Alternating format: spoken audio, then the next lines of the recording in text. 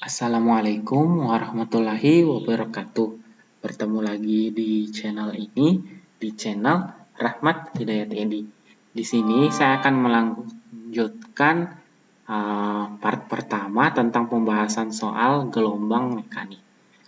Ini merupakan lanjutan dari video yang pertama yang saya janji untuk menyelesaikannya. Kenapa saya nggak menyelesaikan dengan menggunakan satu video? Video yang pertama aja udah lebih dari 10 menit. Saya takutnya Anda nontonnya terlalu lama, bosan kan.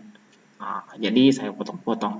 Nah, yang terakhir kita bahas soal nomor 4 dan nomor 5. Seorang nelayan merasakan perahunya dihempas gelombang sehingga perahunya bergerak naik turun sebanyak 2 kali.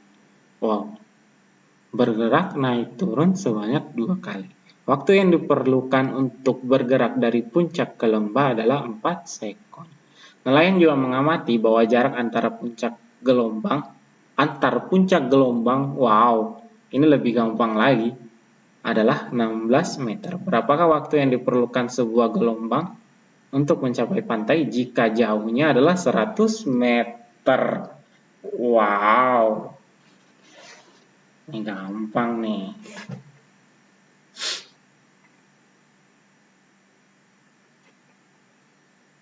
Waktu yang diperlukan puncak ke lembah adalah 4 sekon. Kita mainkan pakai hitungan dan pakai logika. Kita pakai hitungan dan pakai logika. Kalau kita pakai hitungan, yang kita perlukan adalah berapakah periodenya, berapakah panjang gelombangnya, baru kita tentukan berapakah T dengan menggunakan persamaan S per T.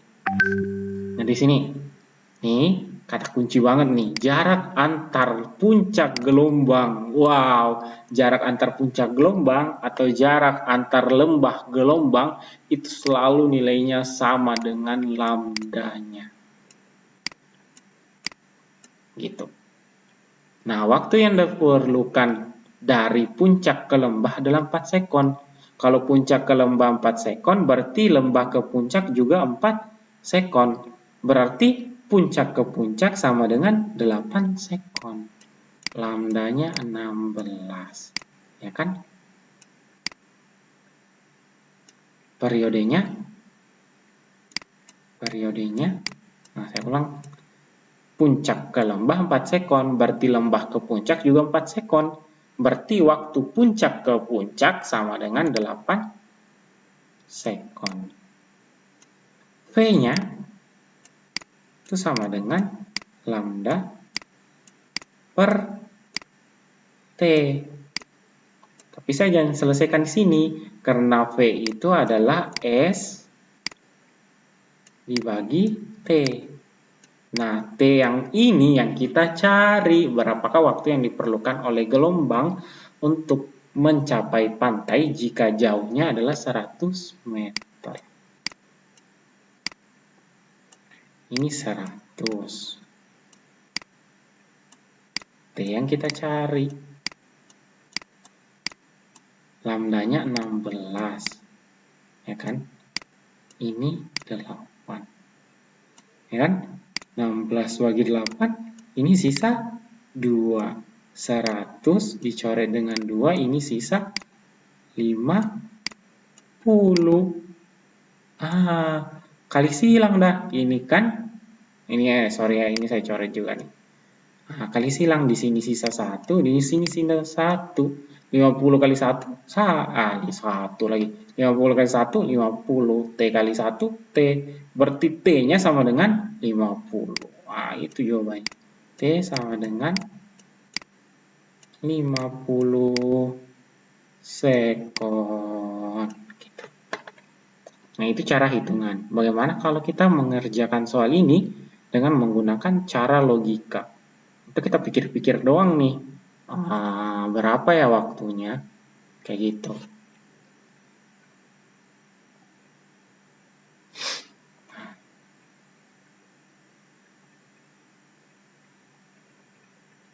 Oke, saya dilihat dulu. Nih, ingat ya, jarak antar puncak gelombang itu 16 meter.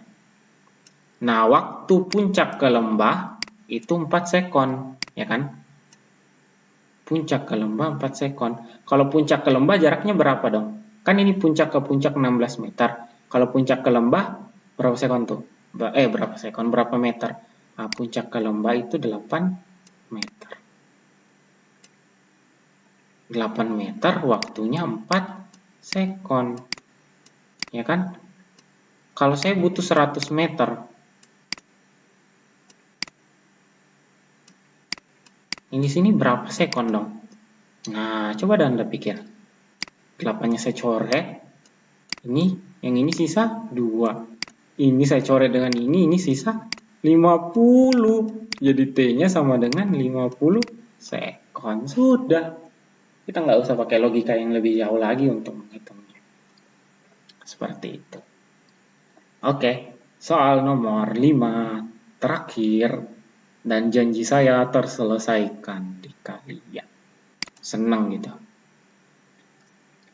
Akbar menaiki perahu. Di tengah perjalanannya, Akbar melihat 2 benda terapung di laut. Benda tersebut diperkirakan sejauh 6 meter.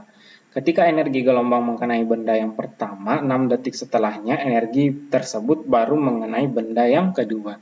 Nah, berarti T-nya itu 6 detik. Jika di antara 2 benda tersebut terdapat satu bukit gelombang, berapakah kecepatan rambat gelombang? Nah, kita pakai cara yang biasa aja dulu kali ya. Cara yang biasa. Kita cari dulu berapakah lambdanya. Ini diantarai satu bukit gelombang.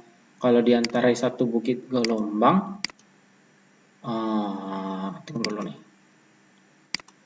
Soalnya tadi dia bilang benda tersebut 2 benda terapung di laut.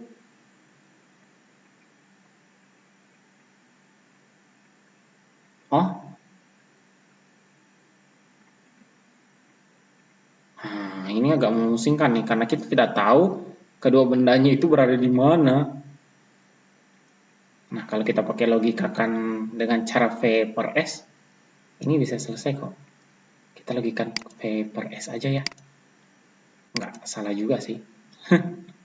Oke, kita pakai logikakan V per S ya. Ini selesai. V sama dengan, bukan V sama dengan super S ya. Ini kok saya salah sebut ya dari tadi rumusnya. Ini kita pakai rumus biasa aja nih, S per T. S-nya 6, T-nya 6. Jawabannya adalah 1 meter per sekon. Kenapa saya tidak bisa pakai rumus yang biasa? Ini nih, dia bilang 2 benda terapung di laut. Terapungnya di mana nih? Di puncak, di titik setimba, atau di lembah? Kita nggak tahu nih dia ada di mana. Terus di antara kedua benda tersebut terdapat satu bukit gelombang. Cara menentukan lambdanya itu agak-agak ribet tuh, karena kita tidak tahu A dan B itu berada di mana.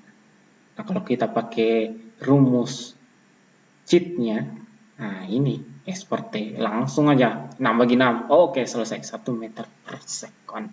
Nah, itu cara jawab dari 5 soal ini. Semoga kalian merasa terpuaskan dengan cara jawab ini. Kalau ada salah, chat aja di videonya.